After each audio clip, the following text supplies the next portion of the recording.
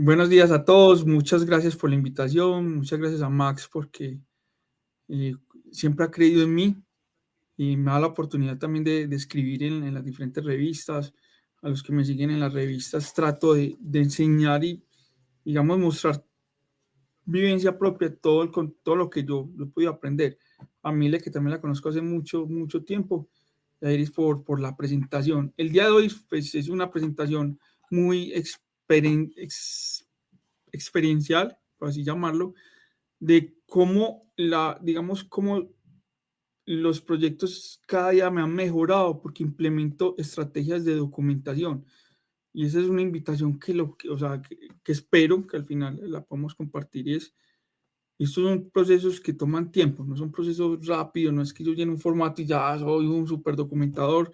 Yo todavía estoy aprendiendo mucho, después de 16 años sigo aprendiendo mucho, pero he tratado de estar vinculado en proyectos donde cada día aprendo un poco más. Entonces, esta es una presentación muy experiencial, muy de la vivencia mía, y no toco casi temas técnicos, que obviamente pues al final sí vamos a hablar un poco sobre técnicas y sobre elementos, pero trato, la primera parte, inclusive cuando la estaba presentando me da hasta pena, cuando la estaba armando me da pena, porque hablo de mí, hablo mucho de mí, demasiado. Entonces, no, fue una introducción tan larga, pero este soy yo, esta es mi foto. Soy ingeniero electrónico y soy certificado técnico especialista en diseño, CTSD, y sigo preparándome para obtener más certificaciones y como tal. Y mi vida laboral empieza en el 2006 cuando salgo de la universidad como ingeniero electrónico. Yo me preparé, o sea, como ingeniero electrónico me preparé para estar en la industria del mantenimiento, en la industria como tal, en apoyar procesos de mantenimiento en empresas. Nunca estudié nada de IT, pues solo vi como una o dos materias de IT porque no me llamaba la atención. Comunicaciones cero, o sea, me tocó ver las obligatorias en la universidad en ese tiempo, pero decía, no, eso para qué, sonido menos. O sea, cuando yo estudié había un área de ingeniería, pues una parte de sonido en ingeniería electrónica que ya no, eso no da plata, eso para que eso, yo me voy por ese, y entonces fue muy chistoso porque toda mi carrera la enfoqué en control y mantenimiento, o sea, en ingeniería electrónica, control y aplicado a mantenimiento. Entonces tuve una formación muy basada en la industria. En el 2006 ingreso al Parque Explora, o sea, todavía era un estudiante, ingreso como a hacer mis carreras mi práctica profesional en el parque, y, y fue muy importante porque aprendí la comunicación, y eso es uno de mis pilares en los proyectos. La comunicación es el eje fundamental de cualquier proyecto. Si yo no comunico mis ideas, si no me comunico con otras personas dentro del proyecto, mi proyecto va a fracasar. Entonces yo necesito que cuando estoy ejecutando un proyecto tener una comunicación asertiva y efectiva con las demás partes. Y eso lo aprendí en el museo, en el diseño de museografía, porque yo tenía que hablar con el arquitecto, con el diseñador del mobiliario, con el diseñador gráfico y con el diseñador industrial. Entonces era un montón de componentes de diseño para poder aprender, ¿sí? Para poder aplicar ingeniería electrónica en el parque. Uno debe pensar en diseño global, ¿sí? No solo pensar y lo aprendí en el parque, en mí. O sea, yo soy un diseñador electrónico, audiovisual, pero tengo que pensar también en los otros diseños, cómo mi diseño afecta positiva o negativamente los otros diseños.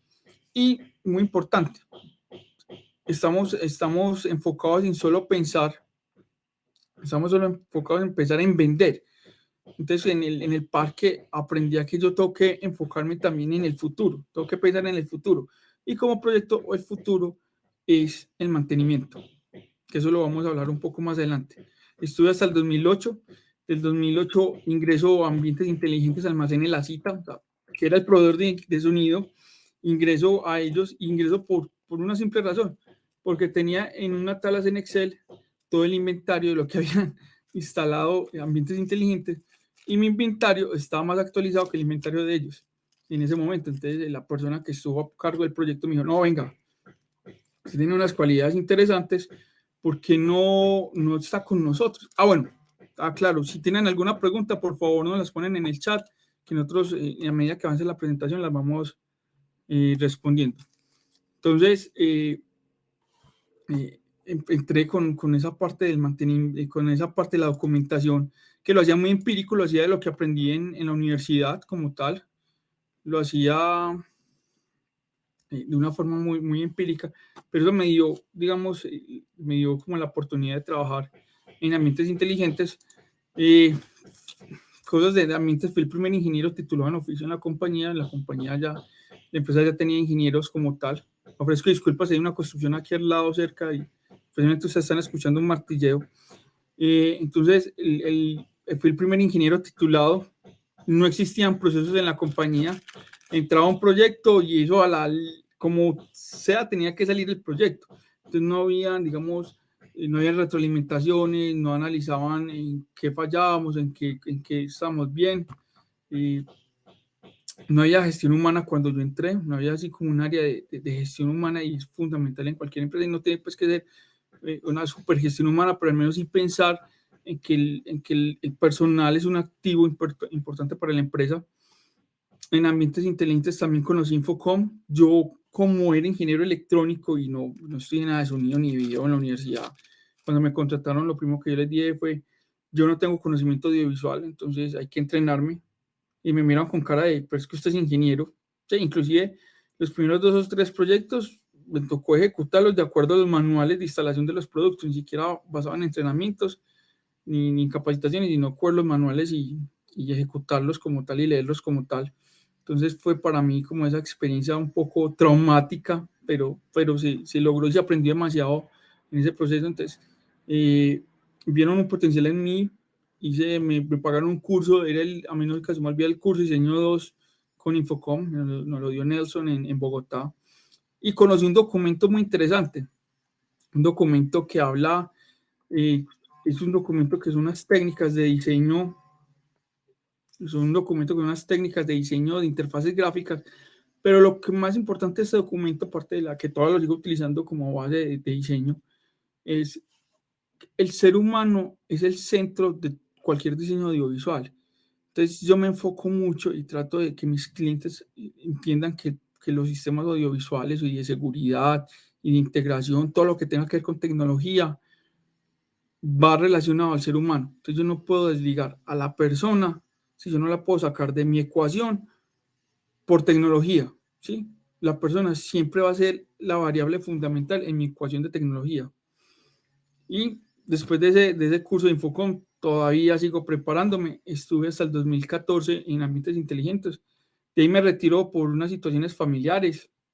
Mi familia tiene una empresa que es, digamos, asociada a Sura Seguros. Sura es una de las empresas de seguros y pensiones más grandes de Latinoamérica. Están presentes en 14 países de la región. Es impresionantemente grande. Yo empecé a trabajar allá, a hacer unos cursos de seguros, literal, o sea, me ligué el audiovisual, que era mi mundo, que me sentía natural, a estudiar, a certificarme en seguros. Terminé mi certificación, pero de Sura aprendí algo muy importante y es que ellos venden unos productos que son los seguros, pero esos productos le generan valores asociados para que el cliente sea la razón de ser de su negocio. Me explico. Si tú compras un seguro de vida, eso va asociado a unos servicios que el cliente puede tomar, ¿sí? Que generalmente son gratis, otros son pagos, pero muy baratos, pero puede tomar. Entonces el cliente es siempre la razón de ellos, ¿sí? Entre su esquema de visión, inclusive hoy en día todavía me sigo certificando en Sura por el tema familiar, pero, pero el cliente siempre está envuelto. Entonces me cuestionó mucho como ingeniero de, bueno, entonces sigamos hablando sobre el cliente, sigamos manejando la relación con el cliente como tal, sigámonos enfocando en el cliente. Entonces, ¿qué valor agregado le ofrecemos a nuestros diseños, en nuestros servicios de tecnología al cliente? ¿Cómo nos enfocamos frente al cliente? Una vez terminó, literal, estaba en la última semana del curso de Sura, porque en ese tiempo tenía que hacer un curso presencial de 3 meses, sin pago, imagínense. Entonces, una vez estoy terminando el curso, me llaman de audio técnica y yo quería empezar un proceso de selección personal en audio técnica y dije que sí, pero me advirtieron, hemos tenido malas experiencias trabajando con latinos remotamente. Estamos hablando del 2014, ya eso es otro cuento. Si no, pues hagamos un proceso, yo trabajo 3 meses digamos, un contrato de prueba y miramos en 3 meses si ustedes están contentos con mi trabajo o si no. Pero ese primer mes yo me dediqué fue a prepararme en los equipos, a estudiar mucho, pero paralelo a plantear un plan de trabajo con mi jefe en esa época, que la aprecio, y yo he tenido muy buenos jefes desde ambientes, desde Explora he tenido siempre muy bueno, he tenido la oportunidad de tener muy buenos jefes, pero le planteé un trabajo de proceso acompañando a los clientes en la parte técnica, no solo ser un ingeniero de soporte que resuelve y venda equipos. Yo no me considero un vendedor, soy más un ingeniero de soporte que está apoyando el equipo, y les gustó mucho el planteamiento digamos, de mi visión del área, y al mes ya tenía mi contrato ya, o sea, 2 meses antes de finalizar mi contrato de prueba ya me están diciendo, no, aprobado, y sigues con nosotros. Y estuve hasta el 2020 por unas situaciones ajenas a nuestra labor, pues como tal. Un cambio estratégico de la compañía, donde decidieron pues cambiar algunas cosas y nos retiraron otros que éramos un área muy, muy importante para Latinoamérica. Y grandes compañeros de trabajo, aprendí mucho en lo personal a hablar con personas que tienen una visión diferente del negocio, del mercado, inclusive de la región. No es lo mismo hablar de proyectos de tecnología en Colombia que en Perú. Tenemos dos filosofías muy diferentes de trabajar, tenemos dos formas de ver el mundo muy diferentes. En Argentina es otro cuento diferente, en México todavía mucho más diferente, inclusive entre países, cuando son países muy grandes, México, Brasil, Argentina, entre regiones son muy diferentes. Entonces, ese proceso de comunicación, digamos que cambia mucho de un lado a otro. Y algo muy interesante, que ayudé a crear áreas de ingeniería en empresas que no tenían estas áreas de ingeniería. En el mercado donde yo vengo, que es un mercado de audio, más que de videos, es el de audio. Yo trabajé mucho con ambientes en tiendas, ¿sí? Capacitando a las personas, al personal de ventas en tienda. Pero estas empresas que nosotros las llamamos como el mercado de MAI, migran a los proyectos, migran a la instalación, migran a los proyectos como tal, pero no lo hacen de una forma, o sea, lo hacen de una forma muy brusca, entonces no están preparados o no estaban preparados para hacer esas migraciones. Entonces lo que hice yo, trabajando con mis compañeros en el área comercial, fue listo. ¿Qué estrategias definimos nosotros desde Audiotécnica en ese momento para mejorarles a ellos y ayudarlos a crecer? ¿Sí? Entonces nosotros decidíamos, obviamente había una presión en ventas, pero también decidíamos apoyarlos en otras áreas para que esa presión en ventas no fuera tan brusca, tan fuerte, y tuvieran un valor agregado. En ese mismo año creé Terbol Audiovisuales por una razón tributaria, ¿sí? Por un manejo tributario en Colombia, y empecé a apoyar procesos de empresas aquí en Colombia, y sobre todo a personal jóvenes. Empecé a trabajar con estudiantes de ingeniería recién egresados o que están en ese proceso de ingeniería, que están finalizando su carrera, y a trabajar mucho en diseño de asesoría en proyectos locales.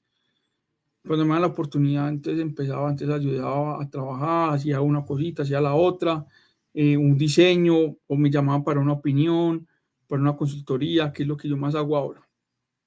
También ese mismo año empecé a escribir con la Timpresa en la revista AVI, y creo que en mis publicaciones han salido en otras revistas, pero siempre ha sido pues como un apoyo, y siempre he tratado de mostrar en las revistas todo lo que yo he podido aprender. En el 2015 me certifiqué como CTS, y aquí viene la primera premisa para la gente. Para las certificaciones no es solo un título, o sea, yo no me glorifico de ser CTS, no. La certificación a mí me da un conocimiento global de cómo debería yo pensar como ingeniero y como empresa. Entonces en CTS aprendí mucho el flujo de comunicación, la importancia de comunicarme con los aliados, algunas reglas técnicas. En el 2018 me casé y me eché la soga al cuello, pues la soga al cuello, muy duro, muy bravo, pero aprendí algo muy interesante. Mi esposa es una dura, una mujer súper tesa, tiene su propia empresa y es asesora en sistemas de gestión en seguridad y salud en el trabajo. En Colombia lo conocemos como el SST, que es obligatorio, o el ROSHA en Estados Unidos, pero son sistemas que son de mucha, digamos, que tienen mucha documentación. Entonces aprendí mucho a manejar ese tema de documentación, que no es solo llenar formatos por llenar. No, eso no, llenar un formato eso no le da ningún valor agregado a ninguna empresa. Es saber qué información tengo, cómo la puedo aplicar y qué tan fácil es de encontrar esa información para poderla aplicar. Y también es auditor en calidad, entonces eso me ha ayudado mucho a, digamos, a abrir un poco la visión a la documentación y al manejo de las herramientas que hoy en día existen para poder utilizarlas. En el 2019 me certifico como CTSD, especialista en diseño, y lo mismo, esta certificación sí me abrió mucho más el panorama de documentación, de más manejo con el cliente, más trabajo. Hoy en día me estoy preparando para otras certificaciones, no solo de Avixa, también de Cydia y posiblemente otra. Estoy pensando que sigue en certificaciones porque día a día nos tenemos que estar preparando, día a día es viendo cómo evoluciona. Y si yo no tengo un proceso interno de educación y capacitación, pues me va a quedar estancado. Viene el 2020 con un COVID. Aparte de eso, antes de COVID, unos 2 meses antes de COVID, yo tuve una lesión cerebral con unas cirugías en el cerebro. Entonces fue un año duro, crucial. O sea, aparte de la dureza que fue que representó el COVID para la industria, para todos como personas, para mí fue algo caótico porque mi cuarentena empezó en como 2, 3 meses antes. Entonces fue muy duro, pero trajo cosas muy interesantes. Lo primero fue que me dieron la oportunidad de hacer 2 proyectos que todavía estamos en ejecución. Estos proyectos de interventoría, consultoría, yo no vendo un tornillo en estos proyectos, a 0 equipos, yo lo que hago es reviso y me hago aliado del cliente. Y fue muy interesante porque empezamos a documentar el proyecto de una forma muy empírica, no llevamos un formato, un registro de formatos, pero sí empezamos a documentar al menos las necesidades del cliente. Y nos dimos cuenta que de todo lo que le ofrecían a mi cliente en los proyectos, necesitaba la mitad, literal, a la mitad. Era un proyecto que estaba evaluado en su momento en $400,000. Hoy en día vamos por los $200,000. Y me dice, pero Juan, pero es que, o sea, entonces que en el proceso de documentación lo que yo hago es evaluar mis necesidades y las necesidades de mi cliente, cómo van a afectar el proyecto. Sí, ahorita les voy a contar un poco más sobre el tema. Pero entonces esa fue una primera oportunidad. Hoy en día tengo otros proyectos que estoy haciendo consultoría de tecnología muy grande, inversiones grandísimas. Estoy hablando que inversiones puede ser en un área de 200 metros cuadrados o menos, hay inversiones de 400, $500,000 solo en tecnología. Y uno dice, ¿pero por qué? ¿O qué? Entonces cuando uno empieza como a abrir el mundo y el espacio y descifrar lo que quieren vender, dice, es que esto no lo necesitamos, o esto sí lo necesitamos, o enfoquémonos en esto. Pero eso todo se logra con conocimiento y documentación. Ingreso International Sales como ingeniero de soporte para fabricantes. International Sales es un representante de marcas para el mercado latinoamericano y asiático. Mi trabajo fundamental en International Sales es apoyar los procesos de ingeniería de nuestros clientes y hemos hecho procesos muy interesantes en ejecución de proyectos.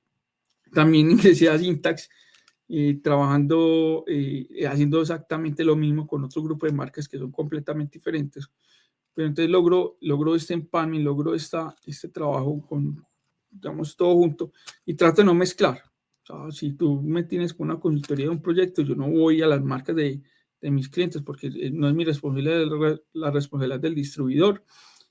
Y trato de separar lo más que puedo esos dos mundos para no generar conflictos. En el 2021 nace Agustín, nuestro hijo, y después de todo lo que ha pasado, ha sido la bendición más grande y ha sido una motivación para estar creciendo día a día, para que cada día, digamos, estemos más comprometidos con la empresa, más comprometidos con la documentación y sobre todo más comprometidos con nuestros clientes. Entonces, esta es una breve introducción de cómo es todo este proceso de documentación que yo he logrado en mi vida, ¿sí? Algunos puntos claves, y ya sí vamos a entrar un poco basado a lo que es la teoría y la práctica de la documentación de proyectos. Ya, si hay alguna pregunta, como no tengo aquí mi pantalla, no sé, alguna pregunta que quieran hacerme, o me quedé solo y me quedé hablando 15 minutos Hasta el momento no sin. hay preguntas. Perfecto. Entonces ya pasamos. Ah, bueno, como ven atrás, soy fan de Star Wars. De los que me conocen muy bien saben que me fascina Star Wars, pero eso ya es otro cuento. Otro día hablaremos de Star Wars y la documentación en el Imperio. Voy a continuar entonces. Cualquier duda, por favor, póngala en el chat. Iris me la va a estar diciendo en el momento en que yo le dé la palabra a ella. Sin pena, no. Esto es, como diga, esto es muy experiencial y posiblemente algunos de ustedes quieran hacerme alguna pregunta de cómo resolvimos alguna situación en el desarrollo de nuestras, digamos, de nuestro día a día en la documentación de proyectos. Lo primero, diseño basado en productos versus diseño basado en el cliente. Y esto es una gran crítica que le hago yo al mercado, una crítica constructiva. Obviamente trato de no hacer destructivas, a veces suenan destructivas, pero es más de crecimiento. Generalmente nosotros en tecnología basamos digamos, nuestra venta en lo que tenemos en stock o lo que nuestras marcas exigen que vendamos. Yo difiero de eso, yo prefiero vender un poco menos, pero que el cliente quede contento, porque un cliente contento me sigue comprando cosas. Un cliente que yo le vendí productos y no me preocupé por quién es el cliente y cómo está formado el cliente, posiblemente no me vuelve a llamar y va a hablar mal de mi trabajo y de mi empresa. Entonces, lo primero que tenemos que hacer es conocer al cliente, ¿sí? Sentarnos a qué es lo que el cliente necesita, escucharlos, hacer mapas infográficos, a rayar, a documentar, a mirar, hacer una lista de lo que el cliente necesita, lo que el cliente quiere. Muchas veces el cliente quiere una cosa, pero en realidad necesita otra. Entonces tenemos que entender esos dos mundos. Y nuestro trabajo como expertos en tecnología es descifrar lo que el cliente desea, ¿sí? Para poderle aplicar y ofrecerle lo que en realidad necesitamos hacer. Tratemos el proyecto como un ser. Los proyectos no son fríos, los proyectos son dinámicos, los proyectos cambian, los proyectos tienen una evolución, los proyectos tienen yo lo llamo un espíritu. Sí, hay que tratar al proyecto como si fuera algo que está cambiando, que está creciendo, no como solo una cifra, unos números. Y documentemos todos los pormenores del proyecto. Cuando yo hablo de documentar, no es llenar formatos por llenarlos. Tú puedes crear los formatos que quieran, pero si los formatos no dicen nada, pues no haces nada, solo estás llenando formatos. Un buena documentación es donde yo puedo tomar información almacenada lo más rápido posible, ¿sí? Por ejemplo, traten en todas sus visitas de llenar reportes. Yo vine y no hice nada, o bueno, no hice nada por esto y esto y tal motivo, ¿cierto? Y eso lo almaceno. Ya hay muchos software de seguimiento de proyectos en el sistema, inclusive para los usuarios en estos días hablando con un cliente mío que trabajan sobre Microsoft 365, tienen un tracker en 365 que es gratis, pues para depender de la licencia, obviamente. Entonces lo utilizan ahí, carguen todo, o sea, acostúmbrense a hacer una bitácora de lo que hacen en el proyecto como tal. Eso les va a ayudar a ustedes mucho a resolver problemas. Los clientes de mi cliente, o sea, un cliente puede tener diferentes aristas, diferentes lados, diferentes funciones. De nada me sirve yo documentar lo que necesite si no sé a quién le tengo que enviar esa información, si no sé a quién le tengo que atacar. Algunos creen que el más importante es quién paga. Entonces yo tener conocimiento de quién es la persona o el área encargada de mis procesos de pago, ¿sí? Ninguna empresa sobrevive si no tiene un proceso asertivo de cobro como tal de mi proyecto. Entonces yo tengo que saber quién es el que paga en mi proyecto. Pero también tengo que saber quién es el que diseña, quién dirige, quién toma las decisiones, ¿sí? Yo no le puedo decir al que paga que tome la decisión. ¿Por qué? Porque el que paga te va a decir, no, pongamos lo más barato, ¿cierto? O lo más económico, o lo que nos cueste menos. Mientras que si yo me siento a tomar decisiones con el que diseña, o con el que dirige, o con el que toma las decisiones, esa persona va a transmitirle esa información que yo le entregué, se la va a transmitir al que paga. Entonces yo ahí me ahorro un pequeño salto, un pequeño paso de problemas, porque ya tomamos una decisión basada en las necesidades, no basados en el presupuesto. Todo diseño que yo realice en el mundo tecnológico debe estar definido o configurado a un operador como tal. ¿Quién lo opera? Me pasó mucho cuando trabajaba en ambientes, me pasó mucho y me sigue pasando que hacemos unos diseños súper tecnológicos, súper increíbles, súper grandes, costosos, pantallas tactosensibles, celulares inteligentes, pero el que opera es la persona de oficios varios. Entonces contratan estas empresas de contratación de personal por servicios. Entonces su servicio va a ser operar el auditorio que nos costó 500 millones de pesos y la persona sabrá manejar su teléfono celular, pero muchas veces no sabe configurar una red Wi-Fi o no sabe qué es una ganancia, no sabe qué es un volumen, no sabe qué es un cross point. Entonces, yo debo definir mi operación o mi sistema de automatización y de integración audiovisual o tecnológico hacia el operador, hacia quién opera. Y un punto muy importante es quién hace el mantenimiento. Y es increíble, todavía hay empresas hoy en día que no piensan en el mantenimiento. Para mí es claro documentar muy bien el proyecto, porque yo tengo documentado mi proyecto y sé qué es lo que mi proyecto requirió y trabajó y hicimos. Yo puedo cuantificar qué mantenimiento va a requerir y los periodos de mantenimiento. Y los mantenimientos tienen algo particular, que generalmente no tiene costos asociados al mantenimiento y el único costo asociado es el tiempo gastado del personal que ejecuta la obra. ¿Sí? Entonces yo puedo tener mi mantenimiento como un valor agregado de mi empresa que genera recursos a mi flujo de caja y puedo proyectarme, por ejemplo, con mantenimientos, pagar, no sé, una cosa así loca que siempre me ocurrió, mantenimiento, pagar el salario de mis técnicos operadores. Entonces, lo que yo cobro en instalaciones es utilidad de la empresa. Que ahorita vamos a hablar un tema de utilidad que es lo que vinimos pues como a escuchar. Es como todo esto me ayuda a mí a mejorar la utilidad de mi proyecto como tal. Los problemas de mis clientes. Yo tengo que hablar con el constructor porque yo generalmente soy el que entro y luego entre comillas entro al final. Hoy en día, un proveedor que entra al final del proyecto de integración y automatización y tecnológico entra perdiendo dinero. Tiene que entrar desde el inicio, desde el principio. ¿Por qué? Porque cada error que hay en la infraestructura, que generalmente no la monta no la monta uno como contratista, la monta, puede ser el electricista, puede ser el constructor. Si es del inicio yo no tengo contemplado mi infraestructura, mi sistema digamos, mi sistema de integración no va a funcionar bien. Y eso puede ser tiempo extra de trabajo que se va a afectar la utilidad de mi proyecto.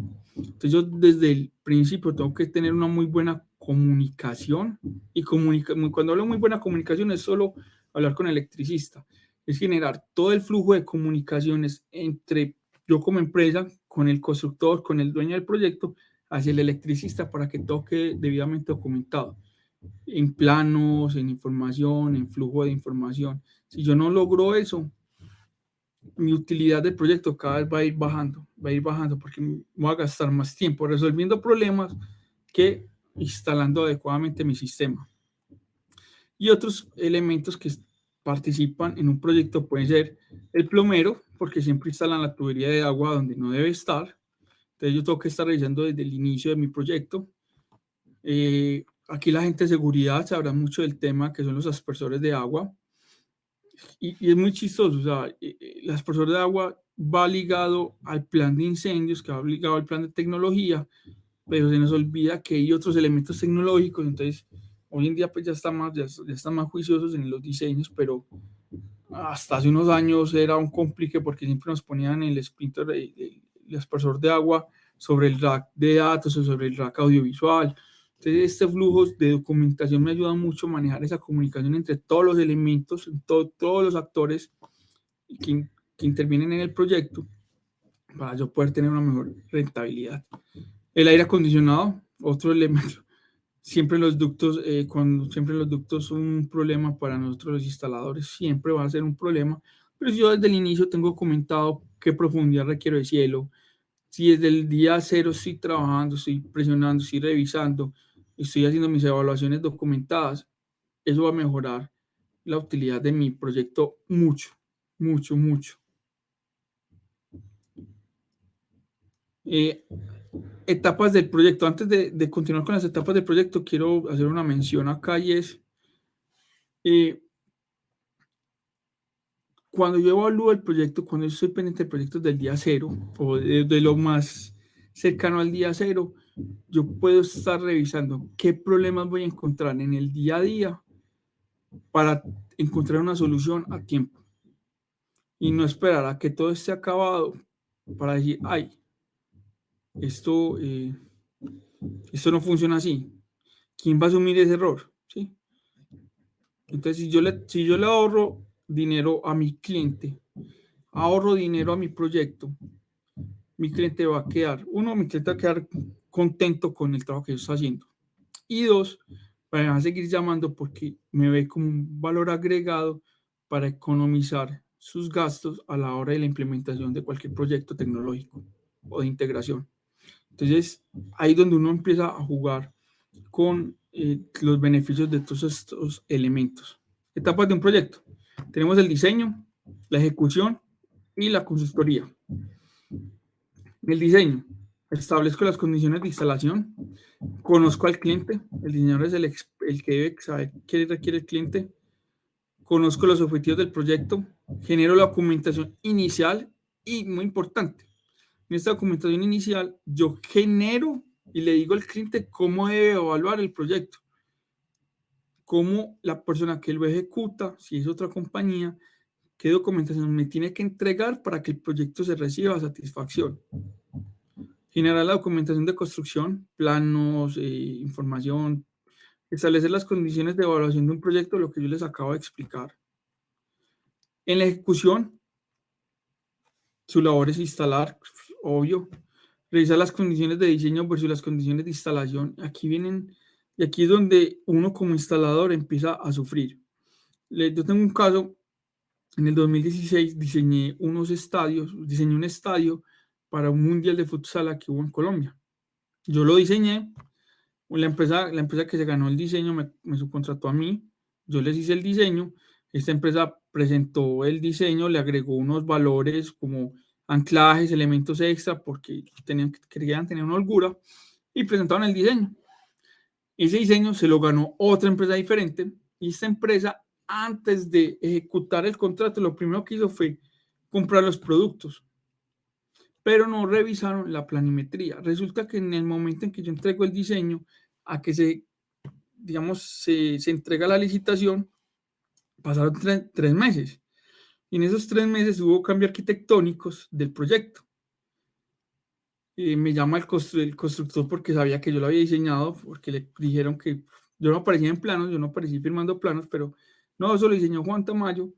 Y los tipos me llaman a mí furiosos que les habían sobrado muchos equipos. Y yo les dije, yo no sé qué pasó, o sea, pasaron 3 meses, 4 meses, ustedes revisaron la planimetría arquitectónica y se quedaron callados.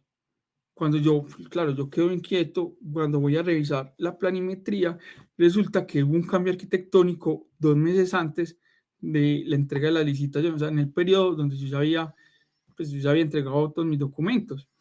Entonces, si yo recibo un proyecto que yo no fui el que diseñé, que posiblemente no tengo contacto con el diseñador, lo primero que yo voy a hacer es verificar la información, porque puede ser, y pasa mucho en Latinoamérica, que un proyecto puede tomar hasta 2 y 3 años para ejecutarse.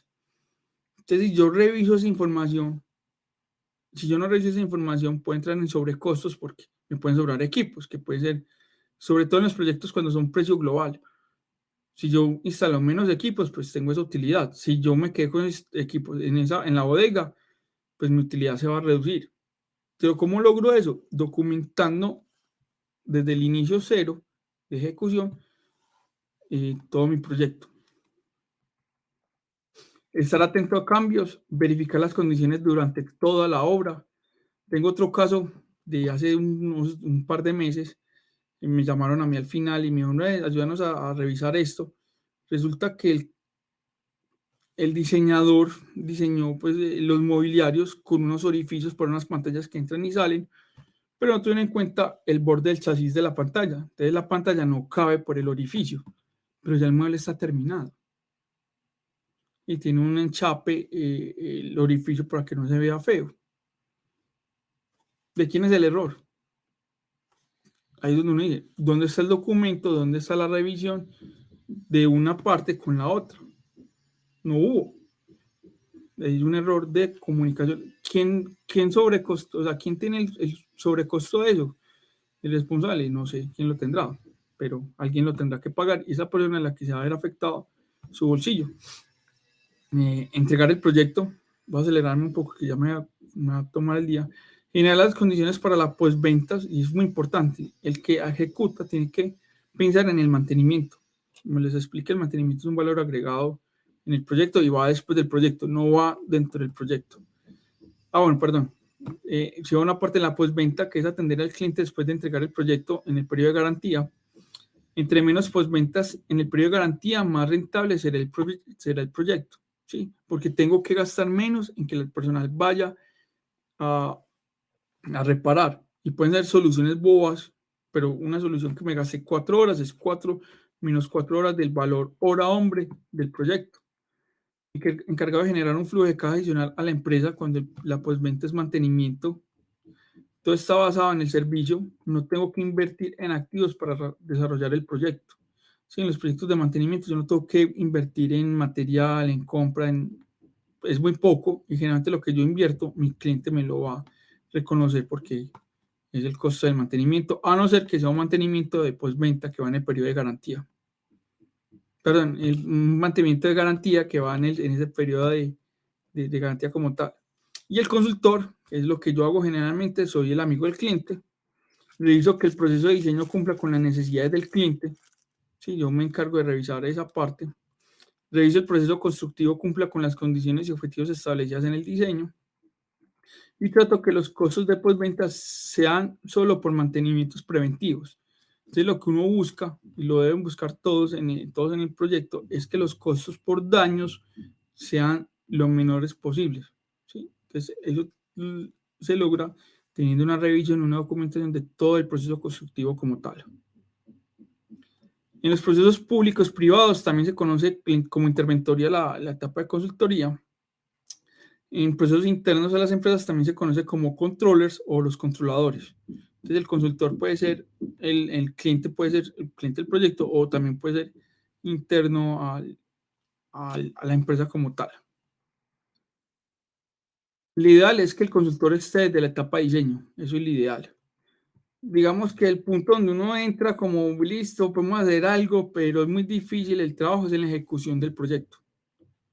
Ahí es muy difícil cuando uno entra, pero se puede lograr buenos objetivos, buenos cumplimientos de metas. Y lo más difícil cuando uno entra en la postventa. Si tú entras en la postventa, ahí sí no hay nada que hacer.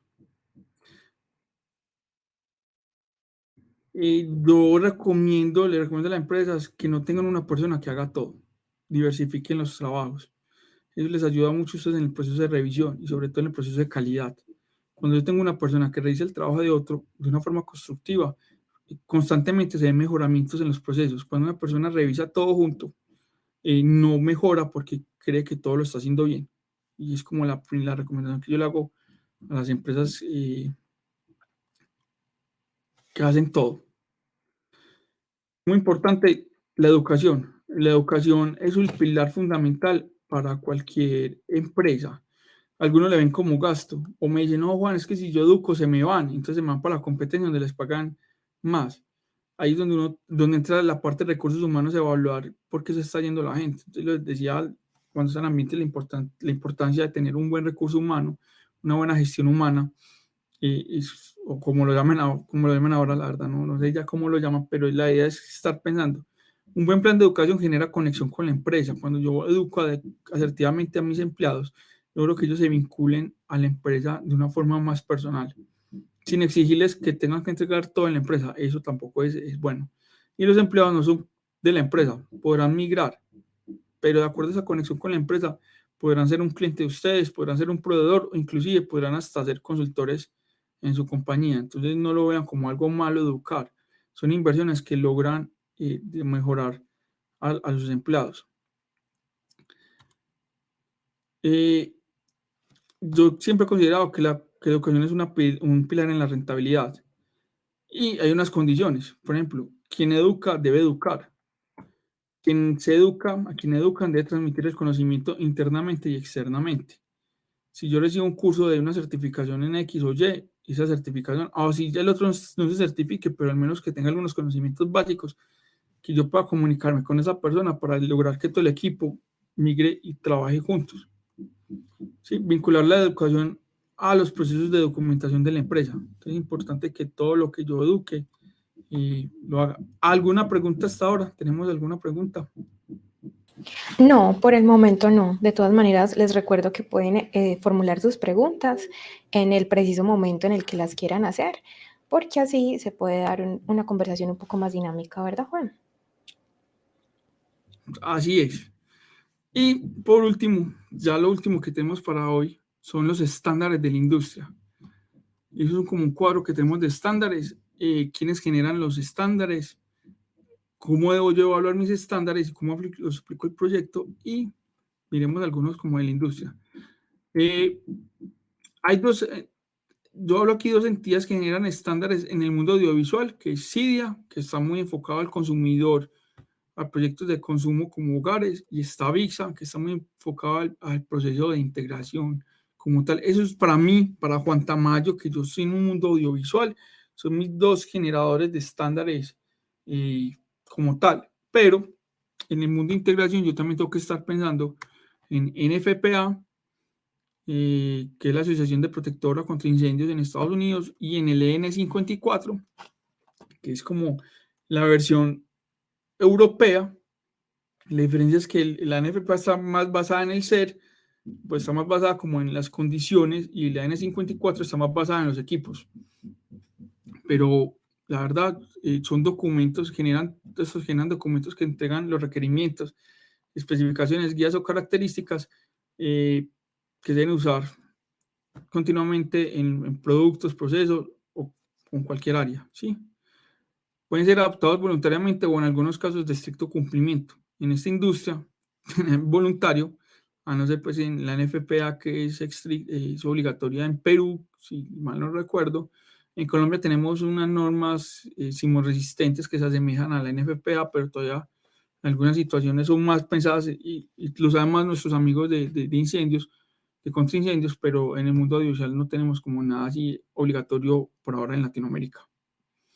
El desarrollo de un estándar es un proyecto ayuda a que el desarrollo de un estándar en un proyecto ayuda a que el sistema opere óptimamente, logrando una satisfacción completa de las expectativas del cliente. Y pensemos en el cliente, pensemos en cumplirle al cliente. Yo tener una jerarquía de cómo defino mis reglas dentro del proyecto, dentro del diseño, y es primero debo cumplir con lo obligatorio, ¿sí? Lo que mi cliente exige, pero también debo hacerlo con la documentación del proyecto. Debo aplicar estándares del cliente y mejores prácticas. Debo analizar qué estándares nacionales e internacionales me aplican a mi proyecto y ingresarlos al proyecto como tal. Debo ver qué me exige el fabricante, ¿sí? Porque hay fabricantes que tienen unas exigencias como tal en sus estándares de instalación, y aplico otros documentos de mejores prácticas. El estándar, aquí vamos a ver ya un poco sobre estándar, la conformidad de audio, perdón, la uniformidad de cobertura de audio fue el primer estándar que salió en el mundo de Infocom. Es un estándar muy interesante, se aplica muy poco, pero es muy interesante a la hora de que yo desarrollo auditorios. Este para mí es como la Biblia de uno de los estándares, es la documentación y la coordinación de procesos, y básicamente son unos documentos, es un listado de documentos un listado de tareas que yo debo realizar para documentar mi proyecto. Es muy interesante y me genera unas tablas, unas matrices de operatividad para lograr que mi proyecto quede lo mejor documentado posible. Cuesta iniciar esto, pues a mí me cuesta todavía mucho, sobre todo la gente no le dice a uno, pero ¿por qué? ¿Por qué lo necesito? ¿Cómo lo necesito? Pero se puede trabajar. Este estándar es muy interesante porque cuando uno ve el nombre, que es la relación de contraste, la relación de contraste en las imágenes proyectadas, pero ¿para qué me sirve este estándar? Para los que aplican y trabajan el tema de bioproyectores, este es un estándar que te ayuda a ti a evaluar si un área funciona o no un bioproyector. Fundamental para aquellos que instalan bioproyectores. Este es muy bueno, que es la administración de energía en sistemas audiovisuales es costoso implementarlo porque exige que uno tenga que tener medición constante de consumo eléctrico del sistema de integración, del sistema de tecnología, pero cuando uno lo aplica, pues yo no lo puedo aplicar porque la verdad los costos, proyectos son como, pero ¿para qué vamos a medir eso? Pero aquellos que están pensando en aplicar a normas green, a normas de evaluación, es un estándar que puede ayudar a que su cliente tome este como tal. Y les voy a contar aquí rápidamente un ejemplo que ya se me acaba el tiempo. Y es, en Estados Unidos, el año pasado, dos empresas famosas que te compiten en la transmisión de videos sobre IP, licitaron un proyecto, un hotel en Las Vegas. La empresa que ganó, ganó porque, bueno, las dos empresas se igualaron en precio, presentaron y le dijeron al cliente, a nosotros dos, vamos al mismo precio, el que usted escoja usted va a pagar lo mismo, pero el cliente hizo un análisis de consumo eléctrico de los dos sistemas y un sistema consumía $50,000 más en energía que el otro al año. Entonces el cliente pues, optó por comprar el que menos consumía porque dijo que era un valor agregado para su instalación.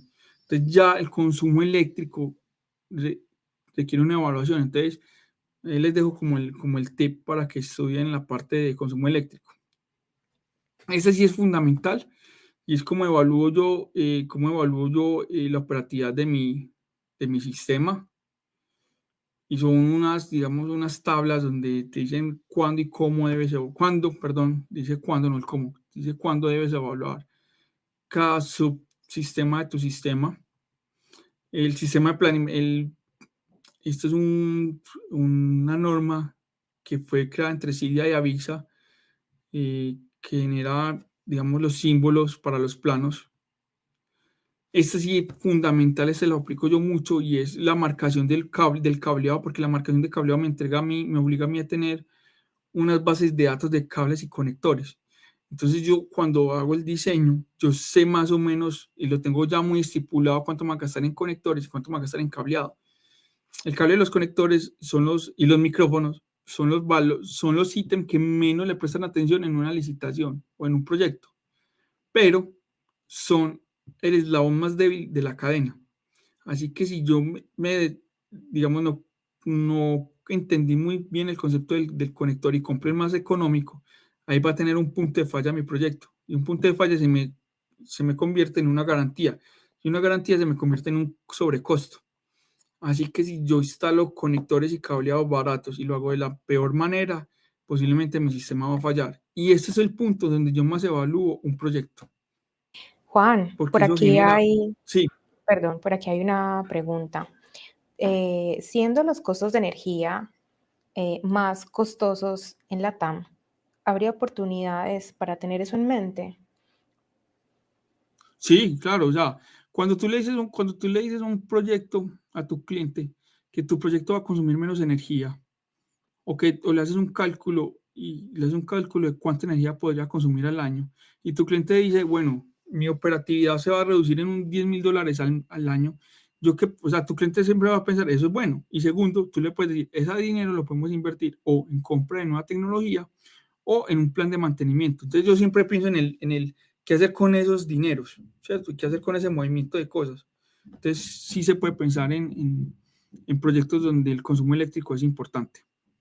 Relacionado con esto, ya que estabas mencionando un caso hipotético, ¿tienes algunos casos reales en tu experiencia como para decirnos un dato un poco más puntual en tu experiencia laboral? En Latinoamérica no tengo casos. Tengo este caso, esta empresa que inclusive lo pueden revisar en mi LinkedIn, lo tengo si no me escriben y yo lo comparto, lo busco porque no quiero hablar sobre marcas acá, pero si hay un caso, ese caso es real, son $50,000 anuales solo en costo de mantenimiento. Dime qué puede hacer una persona, un jefe de mantenimiento con $50,000 al año. Mucho. En Entonces, efecto, y son ellos los que generalmente les queda como el trabajo de sostener el sistema. Pero pues esto era un sistema que tenía 2.500 unidades trabajando 365 días al año. O sea, son sistemas que consumen, pero sí se podría analizar.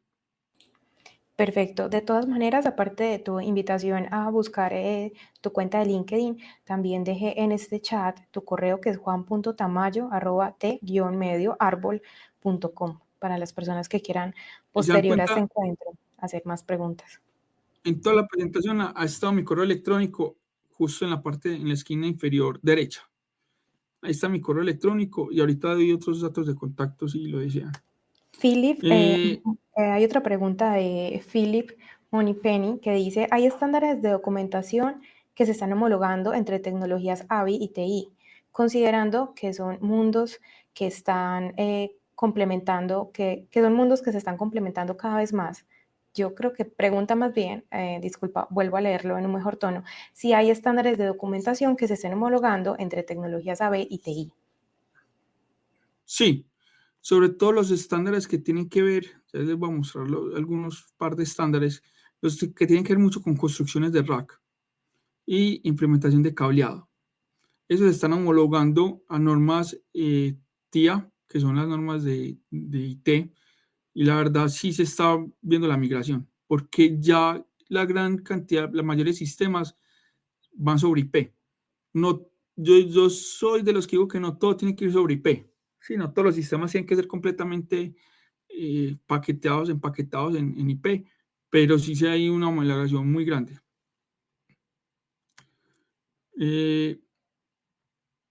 Hay este estándar que son las mejores prácticas para la seguridad en redes, en sistemas audiovisuales. Este es uno de los estándares, Philip, que hablan sobre homologación del contenido IP en redes. Este va muy ligado a la parte de seguridad. Iluminación de videoconferencia. Y eso nos ayuda mucho a pensar no solo en el mundo audiovisual, también en el mundo de iluminación, que cada día se nos va agregando. Se me acaba el tiempo. Se me Tenemos fueron 10 otras minutos dos más. preguntas por acá. Vixi tiene estándares. Si quieres, déjame, yo termino estas 3 slides, 4 slides y resolvemos las preguntas Vale. para que no se me vaya hasta el final.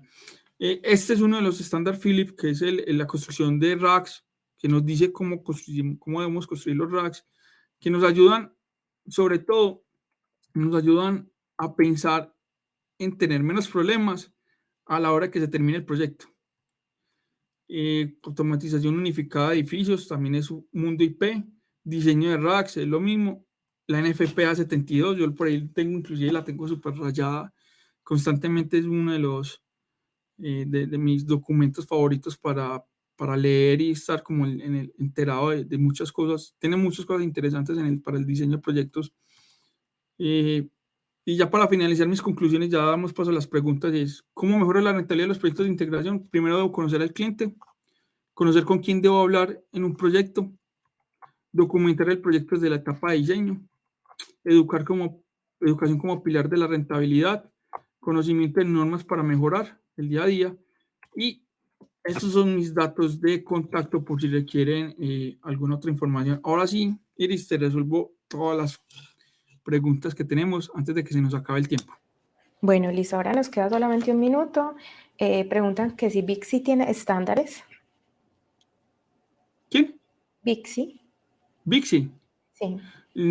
Tendrías que preguntarle a alguien de Vixi. Yo no soy muy de Vixi porque mi mundo es más el audiovisual. Pero aquí hay alguien de Vixi que nos pueda responder la pregunta. Ellos son, pero generalmente los IP, los IT, se rigen por las TIA, por las normas de cableado estructurado y de redes de datos. Perfecto. Muchísimas gracias, Juan Tamayo, por tu tiempo, por tu exposición, por haber venido a participar el día de hoy. A continuación vamos a iniciar las charlas comerciales en la otra sala. La invitación es a que normalmente pues la misma plataforma nos va a enviar allá. En caso de que no, se pueden trasladar pues de manera personal, simplemente dándole clic para entrar. Entonces allá nos vemos para continuar con la programación de hoy. Muchas gracias. No, muchas gracias a ustedes y qué pena ahí de unos 2 minuticos más. Nos vemos en un próximo capacitación. Claro que sí. Hasta luego.